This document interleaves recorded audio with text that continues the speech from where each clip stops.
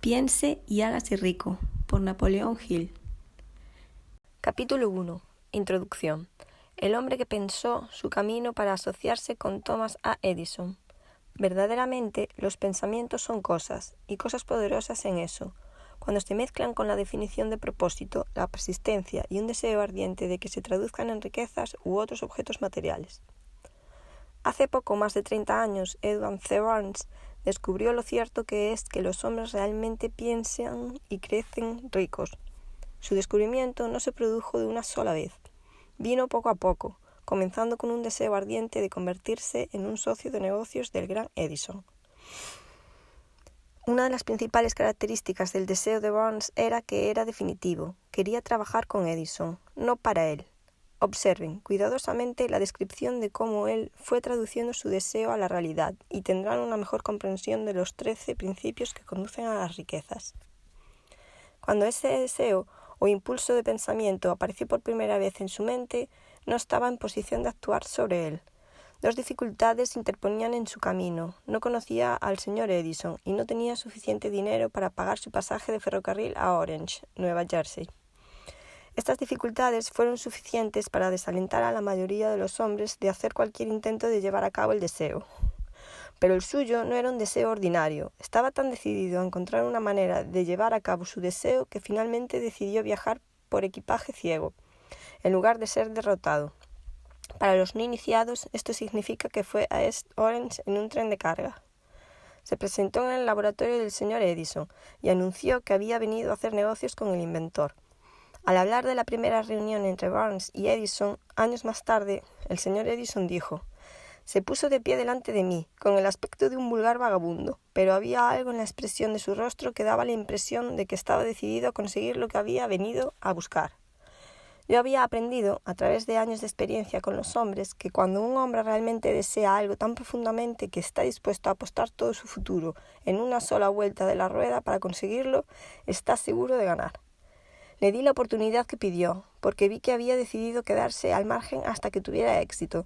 Los acontecimientos posteriores demostraron que no se había cometido ningún error».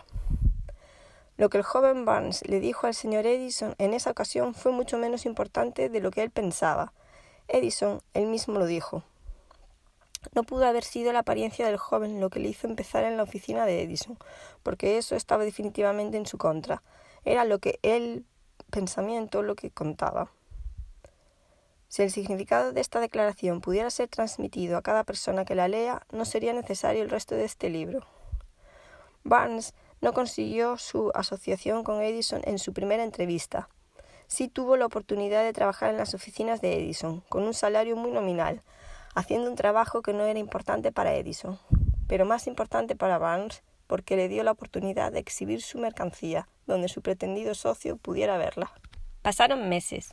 Aparentemente no pasó nada para que el codiciado gol que Burns había puesto en su mente como su definitivo propósito mayor. Pero algo importante estaba pasando en la mente de Burns. Estaba constantemente intensificado su deseo de convertirse en el socio de negocios de Edison. Los psicólogos han dicho correctamente que cuando uno está realmente listo para una cosa, pone su apariencia. Burns estaba listo para una asociación de negocios con Edison. Además, estaba determinado a permanecer listo hasta que tenga lo que estaba buscando. No se dijo a sí mismo: bueno, ¿de qué sirve? Supongo que cambiaré de opinión y trataré de conseguir un trabajo de vendedor. Pero sí dijo: vine aquí para hacer negocios con Edison y lograré este fin aunque me lleve el resto de mi vida. Lo dijo en serio. ¿Qué historia tan diferente tendrían que contar los hombres si tan solo adoptaran un propósito definitivo y se mantuvieran firmes en ese propósito hasta que tuviera tiempo de convertirse en una obsesión que lo consuma todo? Tal vez el joven Burns no lo sabía en ese momento, pero su determinación de bulldog, su persistencia de mantenerse al margen de un solo deseo, estaba destinado a aniquilar toda oposición y darle la oportunidad que buscaba. Cuando llegó la oportunidad, apareció de una forma diferente y desde una dirección diferente a la que Burns había esperado. Ese es uno de los trucos de la oportunidad. Tiene la astuta costumbre de colarse por la puerta de atrás y a menudo viene disfrazada en forma de desgracia o de derrota temporal. Tal vez por eso muchos no reconocen la oportunidad. El señor Edison acababa de perfeccionar un nuevo dispositivo de oficina, conocido en ese momento como la Edison Dictating Machine, ahora el Ediphone. Sus vendedores no estaban entusiasmados con la máquina, no creían que se pudiera vender sin un gran esfuerzo. Vance vio su oportunidad. Se había arrastrado silenciosamente, escondido en una máquina de aspecto extraño que no interesaba a nadie más que a Vance y al inventor. Vance sabía que podía vender la máquina dictadora de Edison. Le sugirió esto a Edison y rápidamente tuvo su oportunidad. Vendió la máquina. De hecho, la vendió con tanto éxito que Edison le dio un contrato para distribuirla y comercializarla en todo el país. De esa asociación de negocios surgió el lema, hecho por Edison e instalado por Vance. La alianza comercial ha estado en funcionamiento durante más de 30 años. Con ella Vance se ha hecho rico en dinero, pero ha hecho algo infinitamente más grande. Ha demostrado que uno realmente puede pensar y hacerse rico. No tengo forma de saber cuánto dinero en efectivo ha valido para él ese deseo original de Vance. Tal vez le haya aportado 2 o 3 millones de dólares, pero la cantidad, sea cual sea, se vuelve insignificante cuando se compara con el mayor activo que adquirió en forma de conocimiento definitivo de que un impulso intangible de pensamiento puede ser transmutado en su contraparte física, mediante la aplicación de principios conocidos. Vance literalmente se pensó a sí mismo en una sociedad con el gran Edison. Se creyó una fortuna. No tenía nada con qué comenzar, excepto la capacidad de saber lo que quería y la determinación de someterse a ese deseo hasta que lo realizara. No tenía dinero para empezar, tenía poca educación, no tenía ninguna influencia, pero sí tenía iniciativa, fe y la voluntad de ganar. Con estas fuerzas intangibles se convirtió en el hombre número 1 con el mayor inventor que jamás haya existido.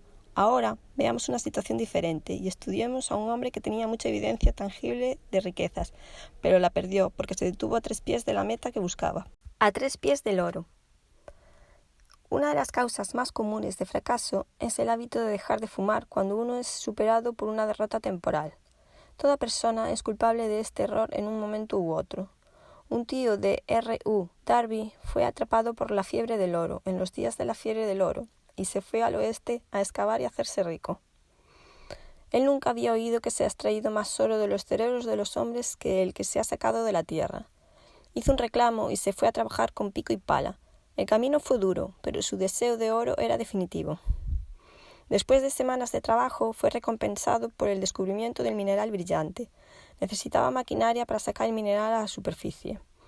Silenciosamente cubrió la mina, volvió sobre sus pasos a su casa en Williamsburg, Maryland, y les contó a sus parientes y a unos pocos vecinos de la huelga. Reunieron dinero para la maquinaria necesaria, le hicieron enviar. El tío y Darby volvieron a trabajar en la mina. El primer vagón de mineral fue extraído y enviado a una fundición. Las devoluciones demostraron que tenía una de las minas más ricas del Colorado. Unos pocos coches más de ese mineral limpiarían las deudas. Luego vendría la gran matanza de ganancias. Las perforadoras se han ido al suelo. Arriba las esperanzas de Darby y el tío. Entonces algo pasó. La veta de oro desapareció. Habían llegado al final del arco iris y la olla de oro ya no estaba allí. Siguieron perforando, tratando desesperadamente de recoger la veta de nuevo. Todo en vano. Finalmente decidieron renunciar. Vendieron la maquinaria a un chatarrero por unos pocos cientos de dólares y tomaron el tren de vuelta a casa. Algunos chatarreros son tontos, pero este no. Llamó a un ingeniero de minas para que mirara la mina y hiciera un poco de cálculo. El ingeniero le informó que el proyecto había fracasado, porque los propietarios no estaban familiarizados con las fallas. Sus cálculos mostraron que la veta se encontraría a solo 3 pies de donde los Darbys habían parado la perforación. Allí es exactamente donde se encontró. El hombre basura tomó millones de dólares en mineral de la mina, porque sabía lo suficiente como para buscar consejo experto antes de darse por vencido. La mayor parte del dinero que se destinó a la maquinaria se obtuvo gracias a los esfuerzos de R.U. Darby, que era entonces un hombre muy joven. El dinero provenía de sus parientes y vecinos, debido a su fe en él. Devolvió cada dólar, aunque estuvo años haciéndolo. Mucho tiempo después, el señor Darby recuperó su pérdida muchas veces, cuando hizo el descubrimiento de que el deseo puede ser transmutado en oro. El descubrimiento se produjo después de que se dedicara al negocio de la venta de seguros de vida, recordando que perdió una enorme fortuna porque se detuvo a 3 pies del oro. Darby se benefició de la experiencia en su trabajo elegido, por el simple método de decirse a sí mismo: me detuve a 3 pies del oro, pero nunca me detendré porque los hombres dicen no cuando les pido que compren un seguro. Darby forma parte de un pequeño grupo de menos de 50 hombres que venden más de $1 millón en seguros de vida anualmente.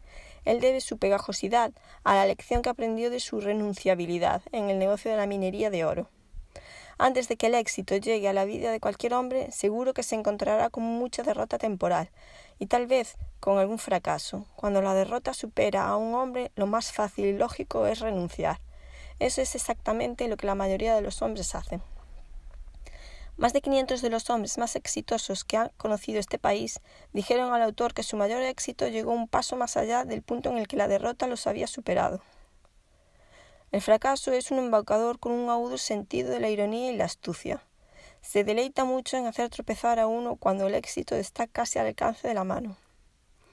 Una lección de 50 centavos de persistencia. Poco después de que el señor Darby recibiera un título de la Universidad de los Golpes Duros y decidiera beneficiarse de su experiencia en el negocio de la minería de oro, tuvo la suerte de estar presente en una ocasión que le demostró que no significa necesariamente que no. Una tarde estaba ayudando a su tío a moler el trigo en un molino antiguo. El tío operaba una gran granja en la que vivían varios granjeros de color.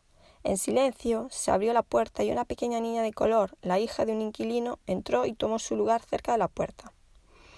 El tío levantó la vista, vio a la niña y le ladró bruscamente. ¿Qué quieres? Humildemente, la niña respondió: mi mamá dice que le envíes 50 centavos. No lo haré, respondió el tío. Ahora corre a casa.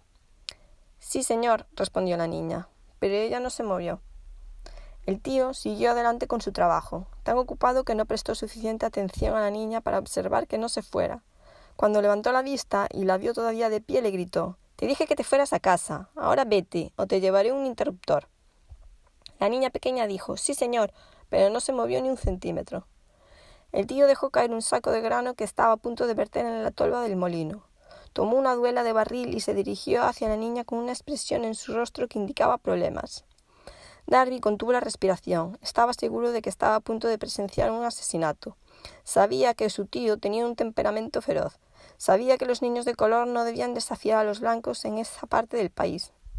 Cuando el tío llegó al lugar donde estaba la niña, ella se adelantó rápidamente un paso, lo miró a los ojos y gritó con su voz chillona: «Mi mamá tiene que tener esos 50 centavos». El tío se detuvo. La miró por un minuto. Luego lentamente puso la duela del barril en el suelo. Puso su mano en el bolsillo, sacó $0.50 y se lo dio. La niña tomó el dinero y retrocedió lentamente hacia la puerta, sin apartar nunca la vista del hombre al que acababa de conquistar. Después de que ella se fue, el tío se sentó en una caja y miró por la ventana al espacio durante más de 10 minutos. Reflexionaba, con asombro, sobre los azotes que acababa de recibir. El señor Darby también estaba pensando. Era la primera vez en toda su experiencia que veía a una niña de color dominar deliberadamente a un adulto blanco. ¿Cómo lo hizo? ¿Qué le pasó a su tío que le hizo perder su fiereza y volverse tan dócil como un cordero? ¿Qué extraño poder usó esta niña que la hizo dominar sobre su superior? Estas y otras preguntas similares aparecieron en la mente de Darby, pero no encontró la respuesta hasta años más tarde, cuando me contó la historia. Extrañamente, la historia de esta inusual experiencia fue contada al autor en el viejo molino, en el mismo lugar donde el tío se llevó su látigo. Extrañamente, también había dedicado casi un cuarto de siglo al estudio del poder que permitía a un niño de color ignorante y analfabeto conquistar a un hombre inteligente. Mientras estábamos allí, en ese viejo y mohoso molino, el señor Darby repitió la historia de la inusual conquista.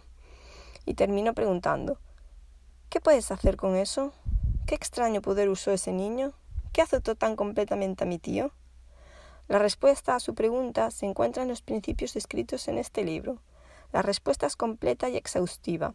Contiene detalles e instrucciones suficientes para permitir que cualquier persona pueda entender y aplicar la misma fuerza con la que el niño pequeño tropezó accidentalmente. Mantenga su mente alerta y observará exactamente qué extraño poder vino al rescate del niño. Usted podrá vislumbrar este poder en el próximo capítulo. En algún lugar del libro encontrarás una idea que acelerará tus poderes receptivos y pondrá a tu disposición, para tu propio beneficio, este mismo poder irresistible. La conciencia de este poder puede venir a usted en el primer capítulo, o puede que se le ocurra en algún capítulo posterior. Puede venir en forma de una sola idea. Puede venir en la naturaleza de un plan o un propósito. De nuevo, puede hacer que vuelvas a tus experiencias pasadas de fracaso o derrota, y que saques a la superficie alguna lección por la que puedas recuperar todo lo que has perdido a través de la derrota. Después de que yo le describiera al señor Darby el poder que involuntariamente utilizaba el pequeño niño de color, él rápidamente recordó sus 30 años de experiencia como vendedor de seguros de vida y reconoció francamente que su éxito en ese campo se debía, en no poca medida, a la lección que había aprendido del niño.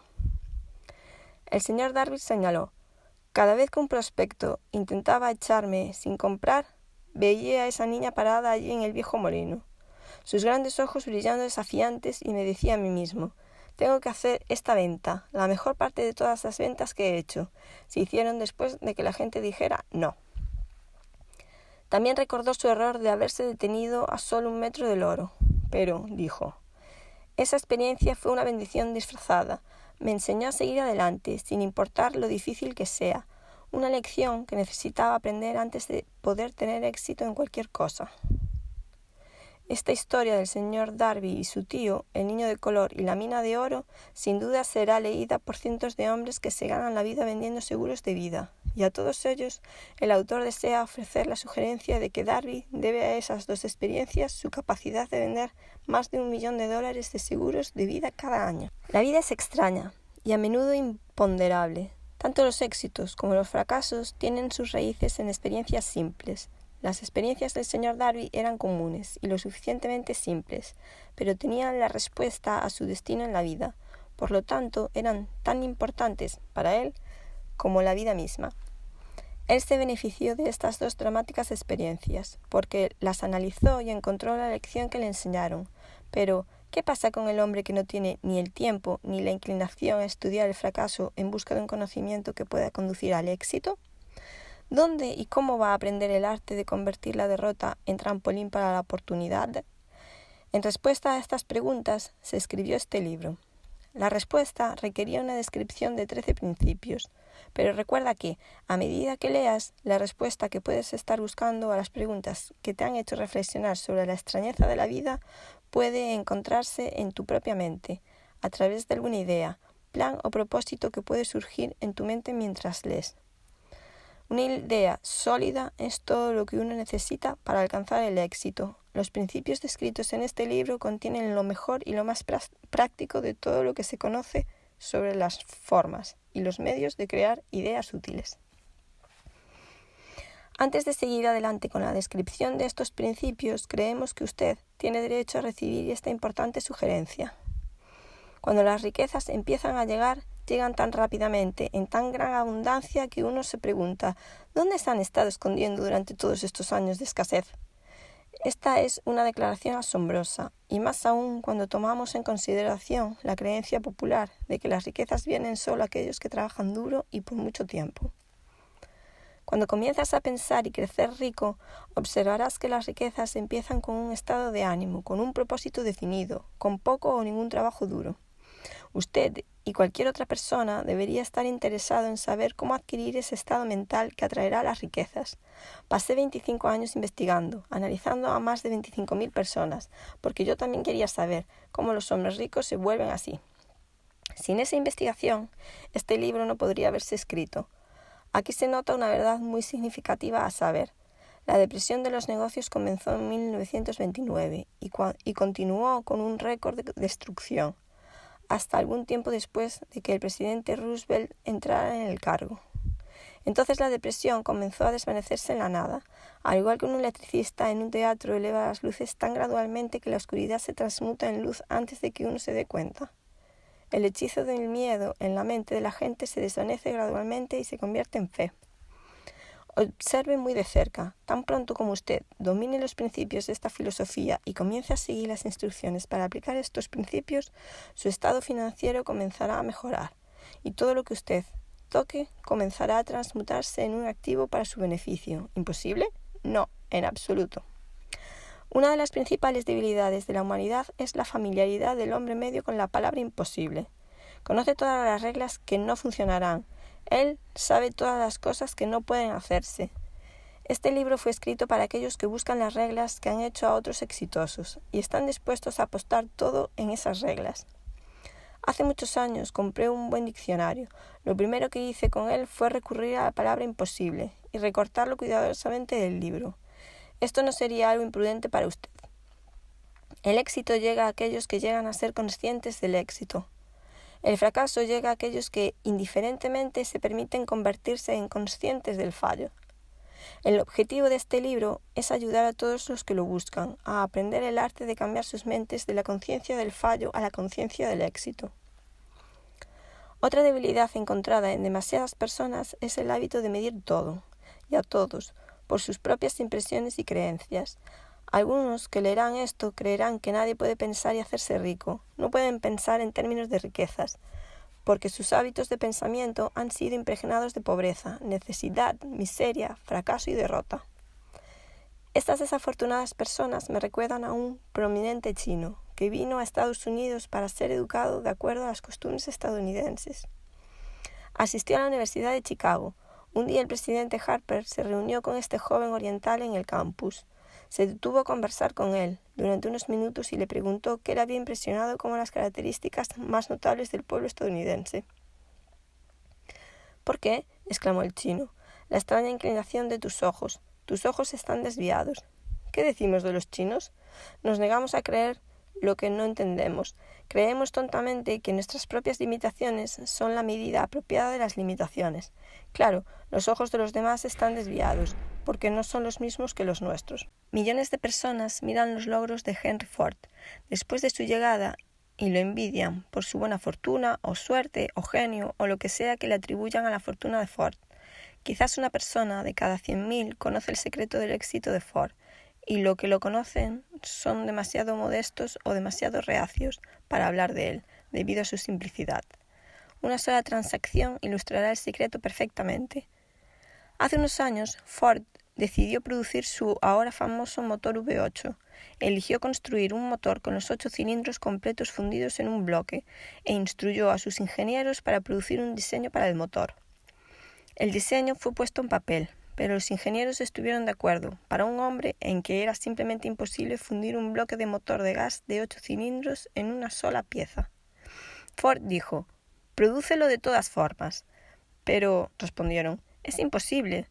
«Adelante», ordenó Ford, «y mantente en el trabajo hasta que tengas éxito, no importa cuánto tiempo se requiera». Los ingenieros siguieron adelante. No había nada más que pudieran hacer si se quedaban en el personal de Ford. Pasaron 6 meses y no pasó nada. Pasaron otros 6 meses y aún así no pasó nada. Los ingenieros intentaron todos los planes imaginables para llevar a cabo las órdenes, pero la cosa parecía fuera de cuestión, imposible. Al final del año, Ford lo comprobó con sus ingenieros y de nuevo le informaron que no habían encontrado ninguna manera de llevar a cabo sus órdenes. «Adelante», dijo Ford, «lo quiero y lo tendré». Ellos siguieron adelante y luego, como por arte de magia, se descubrió el secreto. La determinación de Ford había ganado una vez más. Puede que esta historia no se describa con una precisión minuciosa, pero la suma y la sustancia de la misma son correctas. Deduzcan de ella ustedes que desean pensar y hacerse ricos. El secreto de los millones de Ford sí pueden. No tendrá que buscar muy lejos. Henry Ford es un éxito, porque entiende y aplica los principios del éxito. Uno de ellos es el deseo, saber lo que uno quiere. Recuerda esta historia de Ford mientras lees y escoge las líneas en las que se han escrito el secreto de su estupendo logro. Si puedes hacer esto, si puedes poner tu dedo en el grupo particular de principios que hicieron rico a Henry Ford, puedes igualar sus logros en casi cualquier vocación para la que seas adecuado. Eres el amo de tu destino, el capitán de tu alma, porque cuando Henley escribió las líneas proféticas, «Soy el maestro de mi destino, soy el capitán de mi alma», deberían habernos informado que somos los maestros de nuestro destino, los capitanes de nuestras almas, porque tenemos el poder de controlar nuestros pensamientos. Debería habernos dicho que el éter en el que flota esta pequeña tierra, en el que nos movemos y tenemos nuestro ser, es una forma de energía que se mueve a un ritmo de vibración inconcebiblemente alto, y que el éter está lleno de una forma de poder universal que se adapta a la naturaleza de los pensamientos que tenemos en nuestras mentes y nos influye de forma natural para transmutar nuestros pensamientos en su equivalente físico. Si el poeta nos hubiera dicho esta gran verdad, sabríamos por qué. Somos los maestros de nuestro destino, los capitanes de nuestras almas. Debería habernos dicho con gran énfasis que este poder no hace ningún intento de discriminar entre los pensamientos destructivos y los pensamientos constructivos, que nos impulsará a traducir a la realidad física los pensamientos de pobreza tan rápidamente como nos influenciará a actuar sobre los pensamientos de riqueza. También debería habernos dicho que nuestros cerebros se magnetizan con los pensamientos dominantes que tenemos en nuestras mentes y por medios con los que ningún hombre está familiarizado, estos imanes atraen hacia nosotros las fuerzas, las personas, las circunstancias de la vida que armonizan con la naturaleza de nuestros pensamientos dominantes. Debería habernos dicho que antes de que podamos acumular riquezas en gran abundancia, debemos magnetizar nuestras mentes con un intenso deseo de riquezas, que debemos hacernos conscientes del dinero hasta que el deseo de dinero nos impulse a crear planes definidos para adquirirlo. Pero, siendo un poeta y no un filósofo, Henley se contentó con enunciar una gran verdad en forma poética, dejando que aquellos que lo siguieron interpretaran el significado filosófico de sus líneas. Poco a poco, la verdad se ha ido desplegando, hasta que ahora parece seguro que los principios descritos en este libro guardan el secreto del dominio sobre nuestro destino económico. Ahora estamos listos para examinar el primero de estos principios. Mantengan un espíritu de apertura mental y recuerden que mientras leen no son inventos de nadie. Los principios fueron recogidos de las experiencias de vida de más de 500 hombres que realmente acumularon riquezas en grandes cantidades. Hombres que comenzaron en la pobreza, con poca educación, sin influencia. Los principios funcionaron para estos hombres. Puedes ponerlos a trabajar para tu propio beneficio duradero. Lo encontrarás fácil, no difícil de hacer. Antes de que leas el siguiente capítulo, quiero que sepas que transmite información factual que podría cambiar fácilmente todo tu destino financiero, ya que ha traído definitivamente cambios de proporciones estupendas a dos personas descritas. Quiero que sepan también que la relación entre estos dos hombres y yo es tal que no podría haberme tomado ninguna libertad con los hechos, aunque hubiera querido hacerlo. Uno de ellos ha sido mi amigo personal más cercano durante casi 25 años, el otro es mi propio hijo.